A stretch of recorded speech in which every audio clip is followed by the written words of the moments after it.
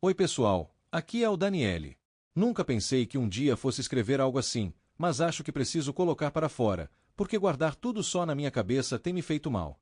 Eu e minha esposa, Vitória, estamos juntos há quase 10 anos, e desde o começo do nosso relacionamento existia uma certeza: nós não queríamos ter filhos. Isso nunca foi um tabu entre a gente. Na verdade, foi um dos primeiros assuntos sérios que tivemos quando ainda estávamos namorando. Eu lembro exatamente da cena. Estávamos sentados em um barzinho em Belo Horizonte, num fim de tarde de sexta-feira, tomando cerveja artesanal. A conversa foi fluindo até que Vitória comentou, com naturalidade, que nunca se via sendo mãe. Eu fiquei surpreso, porque era exatamente o que eu sentia. Respondi na hora: engraçado, eu também não consigo me imaginar como pai. Nós rimos, meio aliviados, como se tivéssemos tirado um peso dos ombros.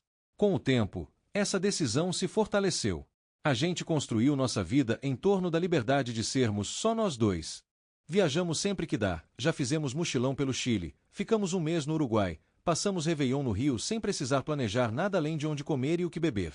Essa sensação de poder decidir tudo de última hora, sem ter que se preocupar com responsabilidades de pai e mãe, é algo que valorizamos muito. O mais curioso é que, entre nós, não existe nenhuma dúvida. Nunca senti falta de instinto paterno e Vitória nunca demonstrou nenhum desejo de ser mãe. Temos sobrinhos, filhos de amigos, e adoramos brincar com eles, mas sempre devolvendo para os pais ao final do dia. Para nós, isso é suficiente. Só que, infelizmente, parece que para o resto do mundo isso nunca é suficiente. Amigos, colegas de trabalho, até familiares insistem em questionar essa escolha. Sempre vem aquela frase pronta: vocês ainda são jovens, vão mudar de ideia ou um dia a ficha cai. E no início a gente até ria disso, mas com o passar dos anos começou a pesar. Eu sinto que o julgamento vem de todos os lados. Parece que ser um casal sem filhos é algo que precisa ser explicado, como se estivéssemos cometendo um erro, como se houvesse algo de incompleto na nossa vida. E por mais que eu tente não ligar, às vezes esses comentários acabam mexendo comigo. Não porque eu ache que estamos errados, mas porque ninguém gosta de ter a sua felicidade constantemente colocada em dúvida. Com o tempo, o que antes eram apenas comentários soltos virou uma pressão quase constante. E o mais difícil é que não vem só da família, vem dos amigos também. Pessoas que eu achei que entenderiam nossa escolha são justamente as que mais insistem em colocar em dúvida. Vou dar um exemplo claro. No aniversário de um amigo nosso, o Pedro, estávamos todos reunidos em um bar no bairro Santa Teresa, em Belo Horizonte. O ambiente estava ótimo, música boa, cerveja gelada, aquela conversa animada. De repente, uma amiga em comum, a Mariana, que já é mãe de 2 crianças, solta no meio da roda: Daniele, sério, até quando vocês vão adiar esse negócio de filho? Vocês já estão casados há anos. Eu tentei desconversar, mas não deu tempo. Outro amigo entrou na onda: cara, pensa bem. Quem vai cuidar de vocês na velhice? Vocês vão se arrepender. Pode ter certeza. Naquele momento, eu vi Vitória ficar desconfortável. Ela sorriu sem graça, mas eu percebi na hora que ela estava segurando a raiva. E eu também estava. Porque não é só uma pergunta inocente, é uma afirmação de que nossa vida, do jeito que escolhemos, nunca será suficiente. Depois dessa noite, começamos a reparar em como isso se repetia em praticamente todos os encontros. No churrasco na casa da Camila e do André, a mesma coisa. Em uma viagem de grupo para a praia, alguém sempre trazia o assunto. Até no Natal em família, quando tudo que eu queria era relaxar e aproveitar, veio um tio da Vitória me cutucar com a frase clássica: casamento sem filho não tem futuro, meu rapaz. É como se a nossa decisão fosse uma afronta pessoal. E quanto mais eu escutava isso, mais difícil ficava aproveitar a companhia dessas pessoas. Porque não é só o que eles falam, é o jeito como falam, como se soubessem mais da nossa vida do que nós mesmos. Eu comecei a sentir que, aos olhos deles, nossa relação estava em constante julgamento. Se viajamos, dizem: aproveitando porque não tem filhos. Se compramos alguma coisa, ouvem-se os comentários: isso só é possível porque não gastam com criança. E, de repente, tudo o que fazemos é reduzido ao fato de não termos filhos. Não é fácil. Eu e Vitória conversamos muito sobre isso em casa. Às vezes, ela desabafa comigo dizendo que se sente diminuída entre as amigas que já são mães. Parece que existe um tipo de clube secreto que só aceita quem teve filhos, e quem não tem fica de fora. Eu tento confortá-la, mas a verdade é que também sinto isso no meu círculo de amigos homens. Quando o papo começa a girar em torno de fraldas, escolas, pediatras, eu fico de lado, porque não tenho nada a acrescentar. No fundo, sei que não há maldade direta na maioria dessas falas. Acho que, para muita gente, ter filhos é um caminho tão natural que qualquer coisa fora disso parece estranha. Mas, mesmo assim, não deixa de doer. E o peso de sempre ter que justificar nossa escolha tem começado a desgastar até as amizades mais antigas. Depois de tantas situações, comecei a perceber que, por mais convicto que eu estivesse da nossa decisão, em alguns momentos o peso da pressão externa começava a mexer comigo. Não vou negar, teve noite em que fiquei deitado olhando para o teto, pensando se, de alguma forma, nossos amigos e familiares poderiam estar certos. E se, um dia, eu realmente me arrependesse? Vitória também sentiu isso. Houve uma vez em que ela chegou em casa depois de encontrar as amigas de faculdade. Eu percebi que ela estava estranha, mais quieta do que o normal. Quando perguntei o que tinha acontecido, ela desabou.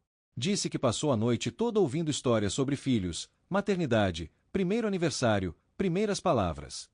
E que, em certo momento, uma delas falou diretamente: Vitória, você não sabe o que está perdendo. Ser mãe é o maior amor do mundo. Ela me contou que, por alguns segundos, sentiu um vazio, como se tivesse mesmo algo de errado com ela por não desejar aquilo. Eu a abracei forte, tentando mostrar que ela não estava sozinha nesse sentimento. Disse que não precisávamos nos encaixar no modelo de felicidade dos outros para validar o nosso. Mas, por dentro, eu também estava fragilizado. O problema é que essas dúvidas não vêm de dentro, vêm de fora. É como se fossem sementes jogadas constantemente, e por mais que você tente arrancar, algumas acabam criando raízes. Eu nunca me imaginei com filhos, mas quando alguém repete 100 vezes que vou me arrepender, uma parte de mim começa a se perguntar: e se for verdade? Além disso, a pressão não fica só no campo das palavras. Tivemos situações em que amigos simplesmente se afastaram da gente. Casais que antes eram próximos hoje quase não nos chamam mais para programas. Parece que, depois que tiveram filhos, só convivem entre si, como se nossa presença fosse incompatível com a nova fase deles. Isso machuca, porque não queríamos perder essas amizades, mas ao mesmo tempo não vamos mudar nossa vida só para sermos aceitos. Nessas horas, o que mais me fortalece é lembrar do que já conquistamos juntos.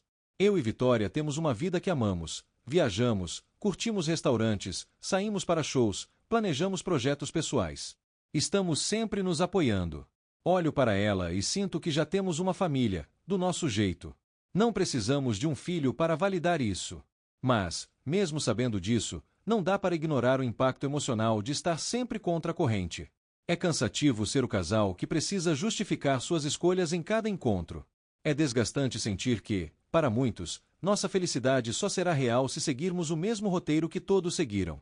Esses pensamentos foram crescendo tanto que eu e Vitória chegamos a conversar seriamente sobre como lidar com isso daqui para frente.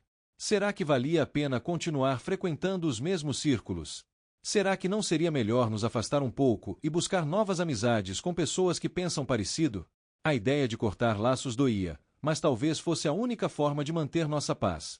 A decisão de como lidar com tudo isso acabou vindo aos poucos, quase naturalmente. Depois de tantas conversas em casa, eu e Vitória entendemos que não dava mais para viver tentando agradar ou convencer todo mundo. Então, começamos a colocar limites. Na prática, isso significou duas coisas. A primeira foi responder com mais firmeza quando alguém insistia em falar do assunto. Eu lembro de uma situação recente, no almoço com amigos, em que a Mariana, a mesma que sempre fazia piadas, soltou de novo: vocês ainda vão mudar de ideia, eu tenho certeza. Dessa vez, não deixei passar. Olhei nos olhos dela e disse com calma: Mariana, eu sei que você fala porque acredita nisso. Mas, para nós, a decisão está tomada, e estamos felizes assim. Peço só que respeite, porque já ficou cansativo ter que repetir isso toda vez. Houve um silêncio constrangedor na mesa, mas depois a conversa seguiu normalmente. E, pela primeira vez, senti que tinha colocado um limite claro. A segunda coisa foi aceitar que algumas amizades talvez não voltassem a ser como antes. Alguns amigos se afastaram, sim. Outros ficaram, mas aprenderam a não tocar mais nesse assunto. E, nesse processo, também começamos a conhecer novas pessoas, casais que pensam parecido, gente que valoriza a liberdade e entende que felicidade não tem uma fórmula única. Curiosamente, essa mudança de postura fez com que até nossa relação ficasse mais leve. Eu e Vitória paramos de gastar tanta energia tentando nos justificar. Começamos a viver com mais tranquilidade, sem aquela sensação de estarmos devendo uma explicação ao mundo. É claro que ainda existem momentos difíceis. Em encontros de família, sempre aparece um comentário atravessado, sempre tem aquele olhar de julgamento. Mas hoje já não dói como antes. Talvez porque entendemos que essas falas dizem mais sobre os outros do que sobre nós. Cada um projeta seus medos, suas escolhas, seus arrependimentos. E não precisamos carregar esse peso. No fundo, o que eu aprendi com tudo isso é que não existe um único caminho para a felicidade. Para alguns, ela está em ter filhos, formar uma família grande. Para outros, como eu e Vitória, está em viver a dois, com liberdade, explorando o mundo e construindo uma vida baseada nas nossas próprias regras. Nenhuma das opções é superior à outra, são apenas diferentes. Hoje, olho para trás e vejo que todas as vezes que me questionei sobre arrependimento nasceram não do meu coração, mas da voz dos outros. Quando desligo esse barulho, só sobra a certeza de que estamos vivendo exatamente a vida que sempre quisemos. E, se um dia alguém voltar a perguntar, mas vocês não vão se arrepender, minha resposta será simples: prefiro me arrepender de ter seguido meu coração do que de ter vivido a vida que os outros escolheram para mim.